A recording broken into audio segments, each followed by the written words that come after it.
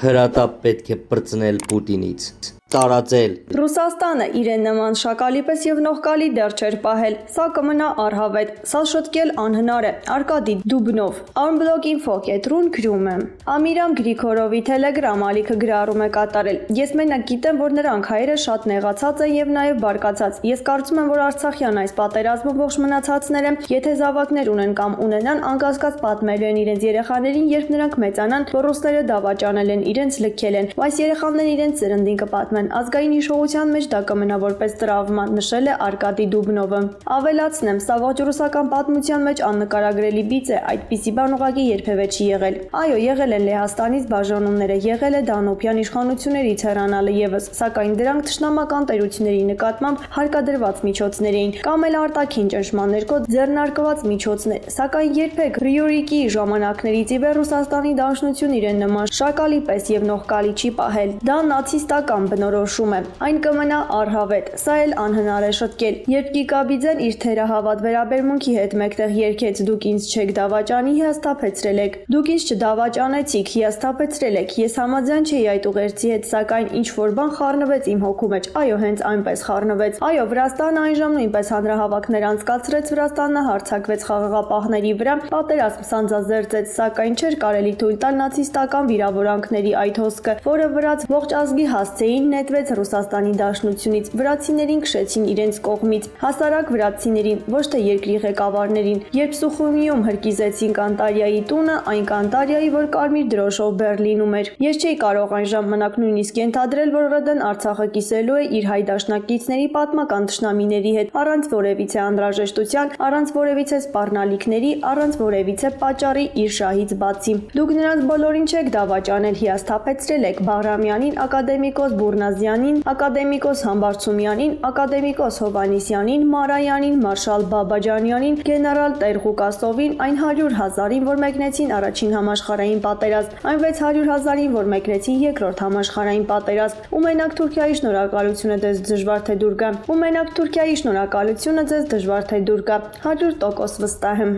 Թուրքիայի ԱԳՆ նոր հիստերիա է բարձրացրել ԱՄՆ պետդեպարտամենտի զեկույցից եւ մեղադրել Վաշինգտոնին։ Ինչպես հայտնի դարձավ Slim News-ին, Անկարան դատապարտել է աշխարհում ահաբեկչության դեմ պայքարի վերաբերյալ ԱՄՆ պետդեպարտամենտի տարեկան զեկույցը։ Ըստ Թուրքիայի ԱԳՆ-ի ԱՄՆ պետդեպարտամենտի զեկույցը կանխակալ է։ Թուրքիայի արտգործնախարարության խոսնակ Թանջու Բիլգիչը ուշադրություն է հրավիրել ԱՄՆ պետդեպարտամենտի զեկույցի տեքստում առկա լուրջ բացթողումների վրա, հատկապես ահաբեկչական կազմակերպությունների դեմ պայքարում Թուրքիայի ջանքերի արդյունավետության եւ հաջողության համատեքստում։ ԱՄՆ պետդեպարտամենտի կողմից տարածված փաստաթուղթը անտեսում է ահաբեկչության դեմ պայքարում Անկարայի ջանքերի մասշտաբները, այդ թվում միջազգային մակարդակով։ Փաստաթուղթը կազմվել է թերի տեղեկատվության հիման վրա եւ ըստ էության կողմնակալ է, ասել է Բիլգիչը։ Թուրքիայի ԱԳՆ-ն նաեւ մեղադրել է Վաշինգտոնին, որ ապաստան են տրամադրել ահաբեկչական կազմակերպության առաջնորդ Ֆեթուլլա Գյուլենին։ ԱՄՆ իշխանությունները չպետք է ապահով ապաստան տրամադրեն գյուլենական ահաբեկիչներին, այդ թվում կազմակերպության առաջնորդ Գյուլենին։ Թուրքիան ԱՄՆ-ից եւ մյուս դաշնակիցներից ակնկալում է հետեւողական, վճռական եւ արդյունավետ դիրքորոշում։ Մնացած բոլոր մոտեցումները հակասում են համագործակցության եւ դաշինքի ոգուն, ասել է Թուրքիայի ԱԳՆ ներկայացուցիչը։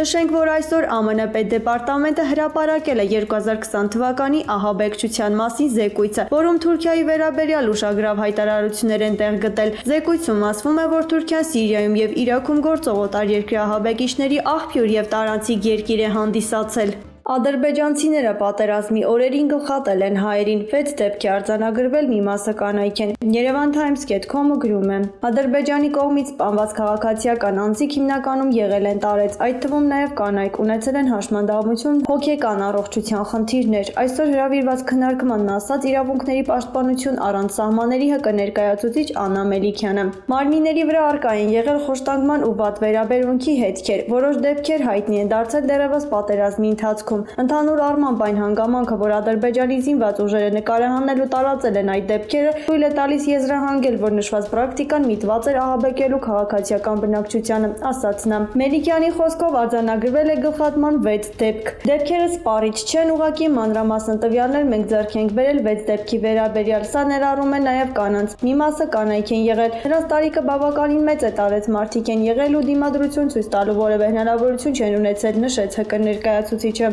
Անա Մելիքյանն ասաց, որ հաջորդի 44-ամյա բնակիչը հոր հետ մնացել է տան ու հոկտեմբերի կեսին հայտնվել ադրբեջանական զինված ուժերի ձեռքում։ Հունվարի 6-ին ու 8-ին ադրբեջանցիների կողմից տեսանյութեր են տարածվում համացանցում։ Նրանցից երկրորդում Հադրութսուն առաջարկում են հրաժեշտ տալ։ Մարմինը հայտնվել է հունվարին ու ըստ փորձագետի Հադրութին սպանվել է հունվարի 14-ին կամ 15-ին։ Իրավունքների պաշտպանությունն առանց սահմանների ՀԿ ներկայացուցիչն ասաց նաև, թե բացահայտել են զենքավայր դրած զինծառայողների ապօրինի սպանության դեպքեր։ Մանրամասն տեղեկություն է ձեռք բերվել 8 դեպքի վերաբերյալ, բայց նշված թիվը սպառիչ չէ։ Զինծառայողներն ի վիճակի չեն եղել դիմադրություն ցույց տալու, եղել են ծանր վիրավորված, սպանվել են կապված ձեռքերով։ Դուք հաղթած ղեկավարներ չեք, դուք հաղթողներին գնդակահարածներն եք։ Դուք հաղթողներին գնդակահարածներն եք։ Դուք հաղթած չեք։ Դուք հաղթողներին գնդակահարածներն եք։ Դուք հաղթողների անվատակ տեղեր եք զբաղեցրել եւ ուղիղ հարստացել եք Հայաստանի Հանրապետության հարստության հաշվին։ Օգտագործելով Արցախը, օգտագործել եք Սփյուռքին։ Դուք ինչպես քաղաքացիներն Հայաստանի Հանրապետության քաղաքացիներն եք թալանել, այնպես էլ Սփյուռքին եք թալանել։ Օգտագործելով Արցախի հարցը, բայց ոչինչ չանելով Արցախի համար։ Ոչինչ։ 20 տարի օրացրեկով դուք դավաճանել եք։ Դուք դավաճաներ եք։ Դուք 25 տարի օրը 24 ժամ դավաճանել եք։ Դավաճանել եք հայ ժողովրդին։ Հիմա դուք փորձում եք ձեր դավաճանությունը բարթեք հայ ժողովրդի կողմից ձևավորված իշխանության վրա, դա ձեր մոտ չի հաջողվելու։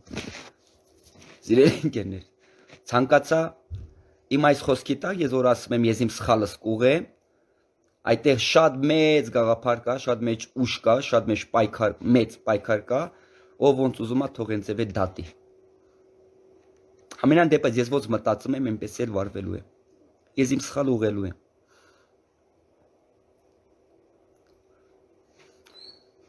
Այդ որ 2000 տա, արա, ու մի հատ է, դրանց մեջ մի հատ, մի ոտը գերեզմանին, մի հատ տատի կա,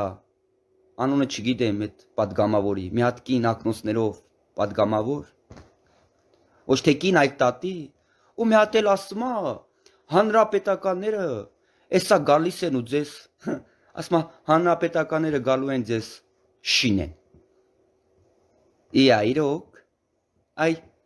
ոտ հլատես դուք են կարգի լկտի եք, որ ձեր մի ոտ արդեն գերեզմանոց է, որպես քաղաքական գործիչ, դուք 2018 թվականում եք հայտնվել քաղաքական գերեզմանոց, անվերադարձ, էդի ֆիքս եք, որպես քաղաքական գործիչներ դուք 2018 թվականին հանրապետական, այո, հայտնվել է քաղաքական գերեզմանոց։ Իսկ քո կյանքի գերեզմանոցը, որ արդեն մի ոտը գերեզմանոցումն է, դու քեզ թույլ ես տալի ասում ես հանրապետականները գալու են շինելու են ձեզ,